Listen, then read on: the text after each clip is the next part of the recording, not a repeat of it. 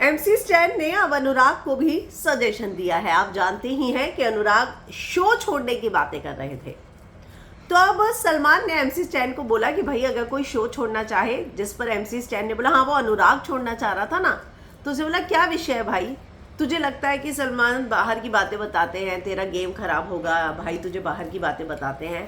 तो उसने बोला कि देख मुझ पर विश्वास कर, अगर तुझे ये नहीं बताएंगे ना तो तुझे कुछ समझ में नहीं आएगा, और बाहर जाने के बाद तुझे पता चलेगा कि बहुत अच्छा हुआ कि वो चीज़ें तुझे पता थी।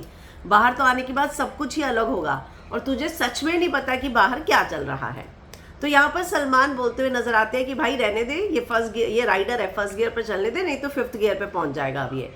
तो ये जो है अनुराग जिस तरीके से इस बात को लेकर खफा नजर आया कि ब्रो सेना जो कि उसके फैंस हैं उसका जिक्र बार बार होता है और ब्रो सेना के नाम पर ताने मारे जाते हैं, तो ये अनुराग को लग रहा था कि मेकर्स उसके ब्रो सेना का नाम ले लेकर अपनी टीआरपी बढ़ाना चाहते हैं, और इसी बात से वो नाराज भी था।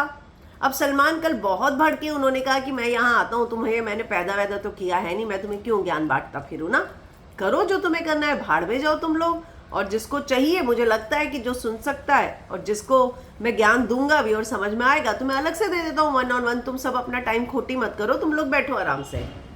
तो कल सलमान बहुत भड़कते हुए नजर आए। तो ये सारा विषय जो है अनुराग का, आप पूरा हफ्ता भी चला, वीकेंड का वार में चला, गेस्ट आए हैं उनके सामने चला, तो अनुराग को ये बताने समझाने की कोशिश की जा रही है कि तुम जो बातों पर ओवर रिएक्ट कर रहे हो उसकी ज़रूरत नहीं।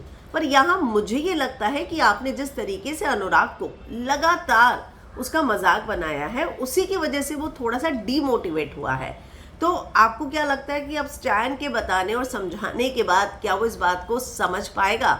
आप क्या कहेंगे? कमेंट में अपनी राय लिखकर ज़रूर बताएं।